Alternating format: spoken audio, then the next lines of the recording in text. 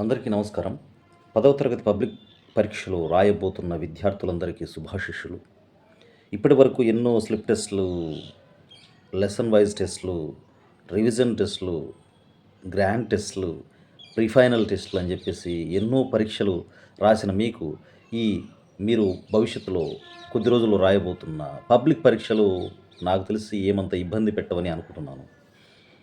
అయితే ప్రశ్నాపత్రం ఎలా ఉండబోతుంది? అన్నీ నేను చదువుకున్నవే వస్తాయో, రావో అన్న ఆందోళన చాలామంది విద్యార్థుల్లో ఉండడం సహజం. ప్రతి ఒక్కరికి ఈ విధమైనటువంటి ఆలోచన అనేది ఉంటుంది.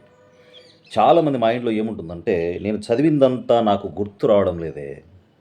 అంటే నేను చెప్పేది మామూలు సమయాల్లో, పరీక్షలు రాస్తున్న సమయంలో కాకుండా మిగిలిన సమయాల్లో సాధారణంగా ఊరికే నిద్రపోయేటప్పుడో, లేకపోతే ఏదైనా ఆలోచిస్తూ ఉన్న సమయంలోనో, ఇలాంటి సమయాల్లో ఆ విద్యార్థి ఏమని ఆలోచిస్తూ ఉంటారంటే, హ్మ్, నాకు చదివిందంతా గుర్తు రావడం లేదే. అంతా అస్తవ్యస్తంగా గుర్తుకొస్తా ఉందే. ఫలానా ప్రశ్న వస్తే అంతా నేర్చుకున్నా గానీ ఇప్పుడు గుర్తుకు రావడం లేదే మరి.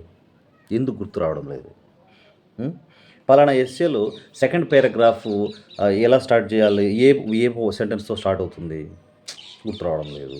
తర్వాత ఆహ్, ఆ పారాగ్రాఫ్‌లో 4 లైన్‌లో ఏదో మ్యాటర్ ఉంది. అది గుర్తు రావడం లేదు. అని చెప్పేసి చాలా రకాలుగా పరిపరి విధాలుగా ఆలోచిస్తా ఉంటాడు. ఎగ్జామ్స్‌కి పోయే ముందుగా అతనికి ఈ విధమైనటువంటి ఆలోచన వైఖరి అనేది ఉంటుంది. అయితే దాని గురించి ఏమాత్రం భయపడాల్సిన అవసరం లేదు. ఒత్తిడికి గురి కావాల్సిన ఆవశ్యకత అంతకంటే లేదు. ఎందుకంటే, నువ్వు చదువుకున్న అంశాలన్నీ ఎప్పుడు పడితే అప్పుడు గుర్తుకు రావు. అవి అవసరం పడినప్పుడు గుర్తుకొస్తాయి. అంటే, ఆ ప్రశ్నను మనం చూసినప్పుడు గుర్తుకొస్తాయి. అది పరీక్షల్లో కూర్చొని రాసేటప్పుడు నువ్వు ఆల్రెడీ కష్టపడి చదివావు కాబట్టి, ఆ ప్రశ్నను నువ్వు చూసినప్పుడు దాని సమాధానం రాయడం మొదలుపెట్టినప్పుడు అది గుర్తుకొస్తుంది. అంతేగాని అస్తమానం గుర్తుకొస్తూనుంటాయా? అదే పనా వాటికి? ఎప్పుడు మైండ్‌లో రివాల్వ్ అవుతూ ఉంటాయా? It's not possible. I think for example ఒక సంఘటన తీసుకుందాం. నీకొక సైకిల్ ఉందయ్యా! ఆ సైకిల్ యొక్క కీస్ నీ ఇంట్లో ఒక చోట ప్రతిరోజు పెడతా ఉంటావు.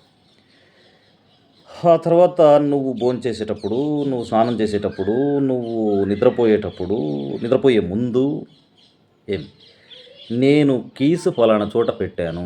నేను కీస్ పలానా చోట పెట్టాను. నేను ఆ తాళాలు పలానా చోట నేను దాచి ఉంచాను. అదే ఎక్కడ ఉంచాలో అక్కడ ఉంచాను అని జెప్పేసి నువ్వు ఎప్పుడు దాన్ని తలుచుకుంటూ ఉంటావా? తలుచుకోవుగా. మరి ఆహ్, నువ్వు సైకిల్ ఎప్పుడైతే బయటకి తీయాలనుకుంటావో ఆ టైంకి ఖచ్చితంగా నువ్వే వెళ్తావు. ఆ కీస్ ఎక్కడ పెట్టావో తీసుకుంటావు. యథావిధిగా నీ సైకిల్ వేసుకొని పోతావు. అంతేగాని ఆ విషయం గురించి పదే పదే ఆలోచించలేదు కదా నువ్వు. Catch my point. అదే విధంగా నువ్వు సైకిల్ తొక్కాలి అనుకున్నప్పుడు మాత్రమే నీకు తెలియకుండానే నువ్వు వెళ్ళి ఆ కీస్ ఎక్కడ పెట్టావో తీసేసుకొని వెళ్ళిపోతావు. ఎందుకంటే ఆ పని నువ్వు చేసి చేసి అలవాటైపోయింది నీకు. ఆ ప్రతిరోజు తాళం చెవులు ఎక్కడ పెట్టాలో అక్కడ పెడుతూ అలవాటైపోయి ఆ పనిని నీ నీ జీవితంలో ఒక భాగమైపోయిందది.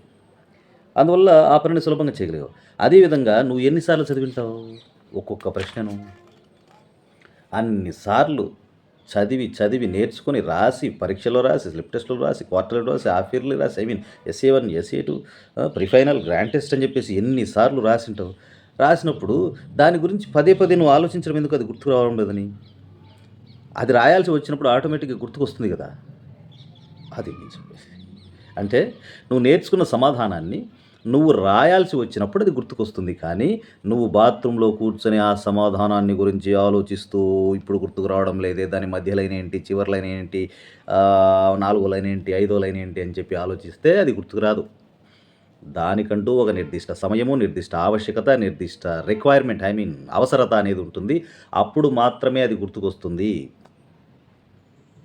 అవన్నీ కష్టపడి సాధన చేసి నేర్చుకున్నావు నువ్వు. అంటే టీవీలో కనిపించినట్టు, టీవీలో స్క్రోలింగ్ వచ్చినట్టు వస్తా ఉంటాయా అవన్నీ నీకు మైండ్‌లో?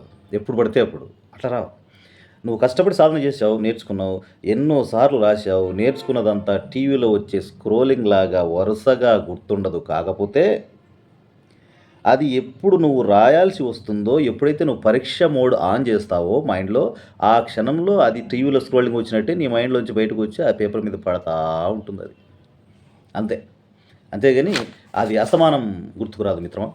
ఇంకో విషయం, రాసేటప్పుడు కాకుండా మిగతా సమయంలో అది ఎందుకు సవ్యంగా గుర్తుండదు అనే డౌట్ కూడా వస్తుంది నీకు. అవును, ఎప్పుడు ఆలోచన రావాలి కదా అది. ఎప్పుడు పడితే అప్పుడు గుర్తు రాదు. ఎందుకు రాదంటే, రాసేటప్పుడు నీ మైండ్‌లో నువ్వు సమాధానాలు నేర్చుకొని భద్రపరిచిన ఫోల్డర్ మాత్రమే ఓపెన్‌లో ఉంటుంది. మిగిలిన ఫోల్డర్స్ అన్నీ దాదాపు క్లోజ్ అయి ఉంటాయి. ఆ ఫోల్డరే ఓపెన్ అయి ఉంటుంది. మిగిలిన ఫోల్డర్స్ ఆ ఫోల్డర్‌ని డిస్టర్బ్ చేయవు. అందువల్ల అది కరెక్ట్‌గా సవ్యంగా, సాఫీగా నీ మైండ్‌లోంచి చేతిలోకొచ్చి, చేతిలో నుంచి పేపర్ మీద పడి, పేపర్ మీద కరెక్ట్‌గా సమాధానాన్ని రాస్తుంది. మరి మిగతా సమయంలో అది ఎందుకు గుర్తురాదంటే, మిగతా సమయంలో వేరే వేరే ఫోల్డర్స్ ఓపెన్ అయితాయి. భోంచేసేటప్పుడు భోజనం ఫోల్డర్ ఓపెన్ అవుతుంది. నిద్రపోయేటప్పుడు నిద్ర ఫోల్డర్ ఓపెన్ అవుతుంది. స్నేహితులతో మాట్లాడేటప్పుడు ఆ ఫోల్డర్ ఓపెన్ అవుతుంది. అలా నీ మైండ్‌లో సవాలక్ష ఫోల్డర్స్ ఉంటాయి. ఆ ఫోల్డర్స్ అన్నీ ఒక క్షణంలో 3 గంటల పాటు నువ్వు పరీక్ష రాస్తున్న సమయంలో మిగతా ఫోల్డర్స్ అన్నీ క్లోజ్ అయిపోయి, ఆ ఫోల్డర్ మాత్రమే ఓపెన్ అవుతుంది. అప్పుడు అందులో నుంచి రావాల్సినటువంటి సమాచారం సవ్యంగా, సాఫీగా బయటకొచ్చి నిన్ను విజయం సాధించినట్లు చేస్తుంది. కాబట్టి మనం చేయాల్సిన పనిని సక్రమంగా నిర్వర్తిద్దాం. మీరు చిత్తశుద్ధితో కష్టపడి నేర్చుకోవాల్సింది, సాధన చేయాల్సినవి అన్నీ either mathematics, problems, biology, diagrams, తర్వాత physics, essays or some other questions, ప్రతిదీ social, everything, Telugu, English, Hindi, ఇవన్నీ అన్నీ ప్రాక్టీస్ చేయండి, చదవాల్సినవి చదవండి, అన్నీ చేయండి. ఆ తర్వాత ఫలితాన్ని దైవానికి వదిలేద్దాం. మనం చేసిన ఎగ్జామ్ రాసేంత వరకు మన పని. ఆ తర్వాత ఫలితం ఇవ్వాల్సింది దైవమో, పేపర్ రుద్దేవాళ్ళో, విధో ఎవరో ఉంటారు. వాళ్ళు చేస్తారు ఆ పని. కాబట్టి కర్మణ్యేవాధికారస్తే మా ఫళేషు కదాచన మా కర్మ ఫలహేతుర్భూః మాతే సంగోస్త్వ కర్మణి. అంటే మనం చేయాల్సిన పనిని చిత్తశుద్ధిగా, ఆత్మవంచన లేకుండా, ఫస్ట్ ఆఫ్ ఆల్ హిపోక్రసీ లేకుండా, ఆత్మవంచన లేకుండా చేద్దాం. రాబోయే ఫలితాన్ని గురించి ఇప్పుడే ఆలోచించం, వస్తుందది. అలాగని గాలిలో దీపాన్ని పెట్టి గాలికే వదిలేయడం లేదు కదా. మనం చేయాల్సిన పని అయితే చేద్దాం. వచ్చే ఫలితాన్ని ఆస్వాదిద్దాం, అంతే.